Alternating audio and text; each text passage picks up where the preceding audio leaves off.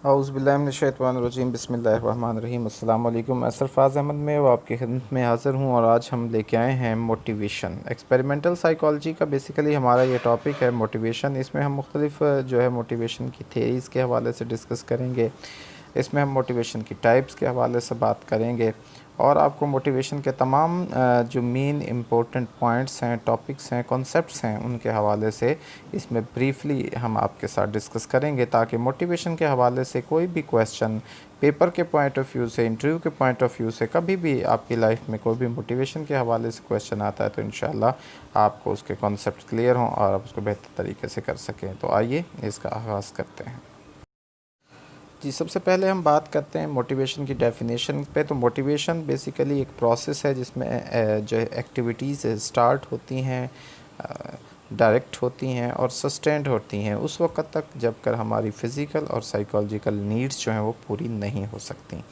ठीक है जी, ये बेसिकली एक प्रोसेस है जो कि एक्टिविटीज़ पे बेस्ड करता है।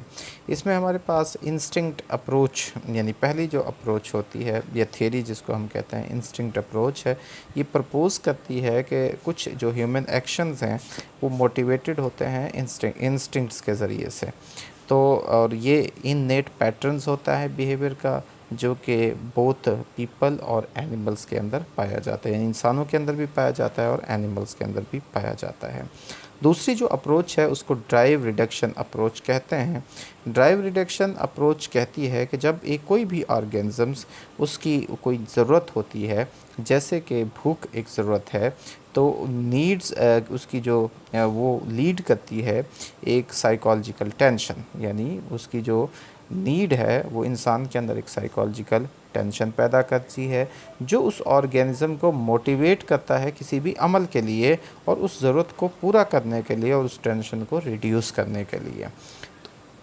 तो जो हमारी ड्राइव रिडक्शन थ्योरी है वो प्रपोज़ करती है इस कनेक्शन को जो कि इंटरनल फिज़ोलॉजिकल स्टेट्स के दरमियान है और उसके आउटवर्ड बिहेवियर के मुताबिक है। यानी जब इंटरनल फिज़ोलॉजिकल स्टेट चेंज होती है तो उसकी वजह से हमारा एक आउटवर्ड बिहेवियर बनता है। इस थ्योरी के अंदर दो काइंड्स हैं ड्राइव्स की, एक को प्राइमरी ड्राइव्स कहते हैं और एक को सेकेंडरी ड्राइव्स कहते हैं। प्राइमरी ड्राइव्स के अंदर बेसिकली जो नीड्स होती हैं बॉडी की वो इन्वॉल्व होती हैं और उसके बाद एक्वायर्ड ड्राइव्स हैं जिनको सेकेंडरी ड्राइव्स भी कहते हैं। ये वो ड्राइव्स होती हैं जो कि हमें एक्सपीरियंसेस से लर्न करते हैं। तो इसमें एक होम्योस्टेटस जो है एक टेंडेंसी होती है बॉडी की जो कि उसकी स्टेट मेंटेन करती है उसकी स्टडी स्टेट को, यानी जो उसकी हालत होती है बॉडी की उसको मेंटेन करती है, बैलेंस करती है। ये थ्योरी जो है इसके अंदर होम्योस्टेटस का जो है वो कॉन्सेप्ट्स भी इंक्लूड है या tendency of the body to maintain a steady state, उसको बरकरार रखने की जो स्टडी है। तो मैकक्लीलैंड थ्योरी जो है वो कहती है, हार्वर्ड यूनिवर्सिटी के साइकोलॉजिस्ट थे डेविड सी मैकक्लीलैंड, 1961-1987 का इनका पीरियड था। इन्होंने एक थ्योरी प्रपोज की थी मोटिवेशन को और इसने 3 जो साइकोलॉजिकल नीड्स थी उनको हाईलाइट किया था, उनकी इम्पोर्टेंस को हाईलाइट किया था कि जिनको हम दूसरी जो हमारी थेरीज़ हैं वो कंसिडर नहीं करती हैं। उसमें एक तो अफिलिएशन नीड थी, एक पावर की नीड थी और एक नीड फॉर अचीवमेंट थी। सबसे पहले नीड जिसको नीड फॉर अफिलिएशन कहते हैं, ये हमारे अंदर जो हमारा एक फ्रेंडली सोशल इंटरेक्शन होता है या रिलेशनशिप होता है दूसरों के साथ, या जो डिज़ायर होती है कि हम दूसरों से जो है वो हाई रिगार्ड हमारा दूसरों के सामने हो, उसकी एफिलिएशन होती है। जो नीड फॉर पावर होती है दूसरों पर कंट्रोल करने की और दूसरों पर असरअंदाज होने की या दूसरों पर एक असर डालने की जो है वो पावर होती है। बेसिकली जो हमारा स्टेटस होता है, प्रेस्टीज होता है, वो एक इंसान की एक बहुत बड़ी ज़रूरत होती है, हाई इंपॉर्टेंस रखती है। नीड फॉर अचीवमेंट जो है एक स्ट्रॉन्ग डिज़ायर होती है to succeed in achieving one's goal, किसी भी गोल को हासिल करने के लिए जो आगे लेके जाती है। ये जो है जो बोथ ये रियलिस्टिक होती है और चैलेंजिंग होती है, जो नीड फॉर अचीवमेंट होती है। इसके बाद आ जाती है हमारी जी Carol Dweck's self theory of motivation. Carol Dweck's theory of self theory of motivation, इस मोटिवेशन की थ्योरी के मुताबिक जो पर्सनालिटी साइकोलॉजिस्ट थे कैरोल डीवेक, 1999 में उन्होंने थ्योरी पेश की थी।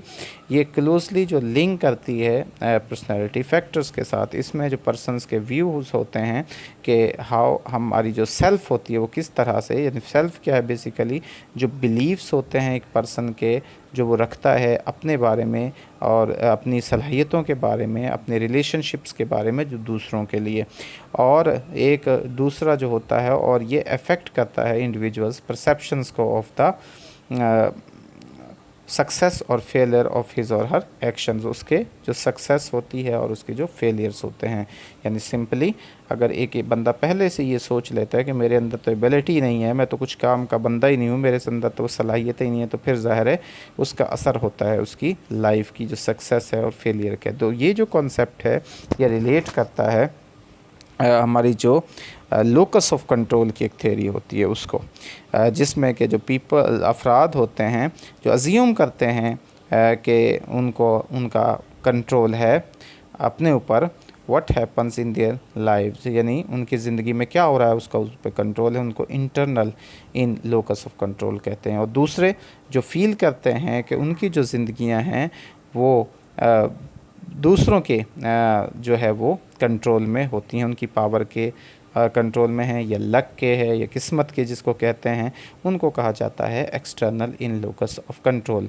यानी जो लोग इस चीज़ पर बिलीव करते हैं कि हम खुद मेहनत करेंगे तो हम कामयाब हो जाएंगे, उनके अंदर जो है वो लोकस ऑफ कंट्रोल जो होता है उसको internal in locus of control होते हैं।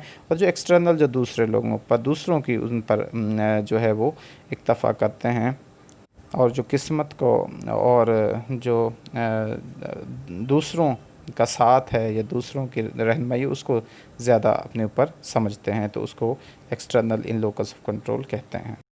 इसके बाद अराउजल थ्योरी आ जाती है। एक पर्सन उसकी जो ऑप्टिमल लेवल है अराउजल का मेंटेन की, जो मैक्सिमम उसका लेवल है अपने अराउजल को मेंटेन करने का, वो पीपल जो जिनको ज़रूरत होती है यानी मोर अराउजल की दूसरों की निस्बत, उनको हम क्या कहते हैं जी, सेंसेशन सीकर्स कहते हैं। यानी इसका सिंपल मकसद ये है कि एक फ़र्द के अंदर जो एक ऑप्टिमल लेवल है अराउजल का किसी भी चीज़ को मेंटेन करने के लिए, उसको जो है उसका सेंसेशन सीकर्स। तो इसमें इंसेंटिव अप्रोच आ जाती है। इसमें एक्सटर्नल स्टिमुलस की होती है कि जो है रिवार्डिंग होगा तो इंसान जो है वो मोटिवेट होगा किसी भी काम को करने के लिए। अगर उसे कोई रिवार्ड उस चीज़ का नज़र आएगा, ठीक है, तो फिर वो जो है जो रिवार्ड अगर प्रेजेंट है या एब्सेंस है, ठीक है जी, इवन इन एब्सेंस में भी अगर उसका जो है वो है तो फिर भी जो है उसको वो अगर मोटिवेट करता है तो वो उसे इंसेंटिव अप्रोच, सिंपली कि मोटिवेशन के लिए इंसेंटिव का होना ज़रूरी है। तो इसके बाद मैस्लो की हायरार्की ऑफ नीड आ जाती है जी, बहुत इंपॉर्टेंट। मैस्लो ने ज़रूरियात का एक नज़रिया पेश किया था और इसमें 5 ज़रूरतों की उसने एक तरतीब दिया था जिसको हायरार्की ऑफ नीड कहा जाता है। इसमें ये बिगनिंग जो इसकी होती है वो बेसिक जो हमारी फिज़ियोलॉजिकल नीड से होती है, और जिसकी एंडिंग होती है वो हमारी ट्रांसेंडेंस नीड्स होती हैं। जो मोर बेसिक नीड्स हैं उनको पहले ज़रूरी है उनको फुलफ़िल होना before higher needs can be fulfilled, और फिर उसके बाद ही हमारी हायर नीड फुलफ़िल हो सकती हैं। इसमें 5 नीड्स थी। सबसे जो पहली है बेसिक नीड है फिज़ियोलॉजिकल, उसके बाद सेफ्टी नीड होती हैं, उसके बाद लव एंड बिलोंगिंगनेस की नीड है, नीड फॉर सेल्फ इस्टीम और नीड फॉर सेल्फ एक्चुअलाइजेशन है। According to Maslow self actualisation जो है, जो कि बहुत कम लोग अचीव करते हैं, इसमें अफराद जो हैं वो सेटिस्फाइड हो जाते हैं अपनी लोअर नीड से और अचीव कर लेते हैं अपनी फुल ह्यूमन पोटेंशियल। इसके बाद times in a person's life in which self actualisation achieve, यानी वो वक्त जिसमें इंसान अपनी सेल्फ एक्चुअलाइजेशन को अचीव कर लेता है अपनी ज़िंदगी में, चाहे वो टेम्प्रेरी क्यों ना हो, उसे पीक एक्सपीरियंसेस कहते हैं। मैस्लो के लिए जो प्रोसेस है ग्रोथ का और सेल्फ एक्चुअलाइजेशन का, वो जो सेल्फ एक्चुअल है वो एक स्ट्राइविंग है टू मेक पीक एक्सपीरियंसेस। वो कहता है कि ये अगेन एंड अगेन होते रहते हैं ज़िंदगी में, यानी ये बार बार एक इंसान किसी चीज़ की ख्वाहिश करता है और वो ख्वाहिश उसकी अगर पूरी हो जाती है तो वो उस लम्हे अपने आप को सेल्फ़ एक्चुअलाइज समझ रहा होता है, तो वो उस वक़्त का जो एक्सपीरियंस है उसे पीक एक्सपीरियंस कहते हैं।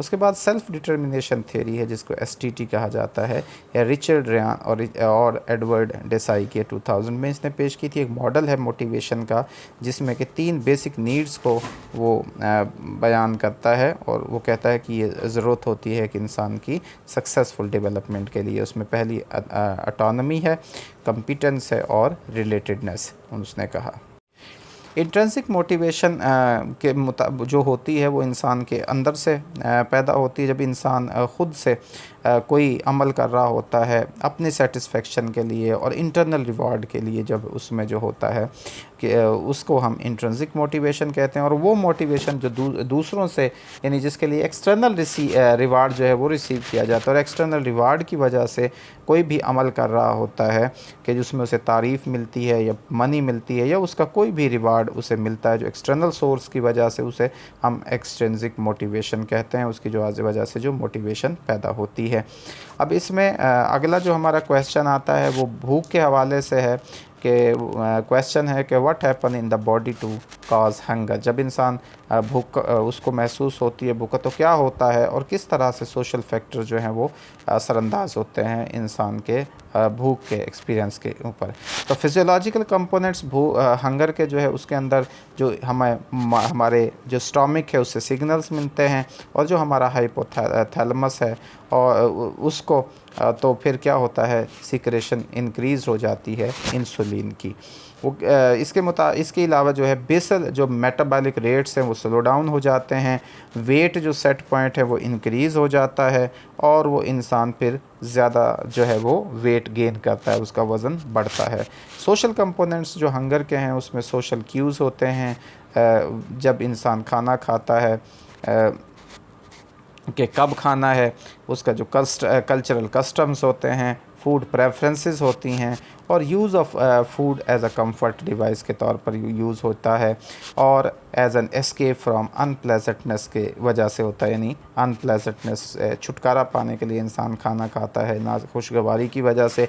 तो बाज़ कल्चर्स में बहुत ज़्यादा खाना खाया जाता है, एक अपने लिए प्रेस्टिज होती है बल्कि ज़्यादा खाना खाना, तो उस वजह से भी ये भी कंपोनेंट सोशल कंपोनेंट से हंगर के।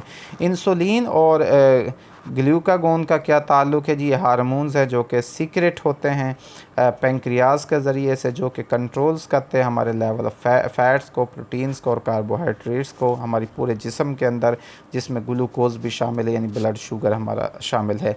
तो रियल जो हंगर है वो ड्राइवन होती है डिफरेंट हमारी बायोलॉजिकल सिस्टम्स के ज़रिए से जो बॉडी में होते हैं।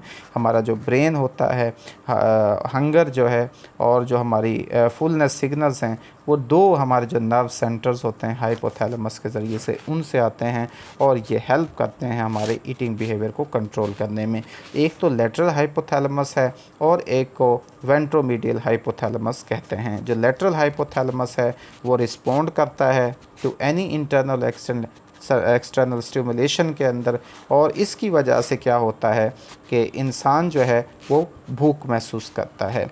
एक दफ़ा जब बंदा खा लेता है तो जो उसको वेंट्रोमीडियल जो हाइपोथैलेमस है वो सिग्नल्स भेजता है और ये बताता है कि अब आपने फुल महसूस कर रहे हैं और आपके जो है वो बहुत ज़्यादा खाना खा चुके हैं। तो ये सिग्नल्स कौन देता है कि हम जब खाना छोड़ देते हैं तो उसको क्यों छोड़ते हैं कि हमारा जो वेंट्रोमीडियल हाइपोथैलेमस है वो हमें ब्रेन को सिग्नल्स देता है कि अब मैदा जो है वो फुल हो चुका है, इंसान मुकम्मल जो है उसका पेट भर चुका है।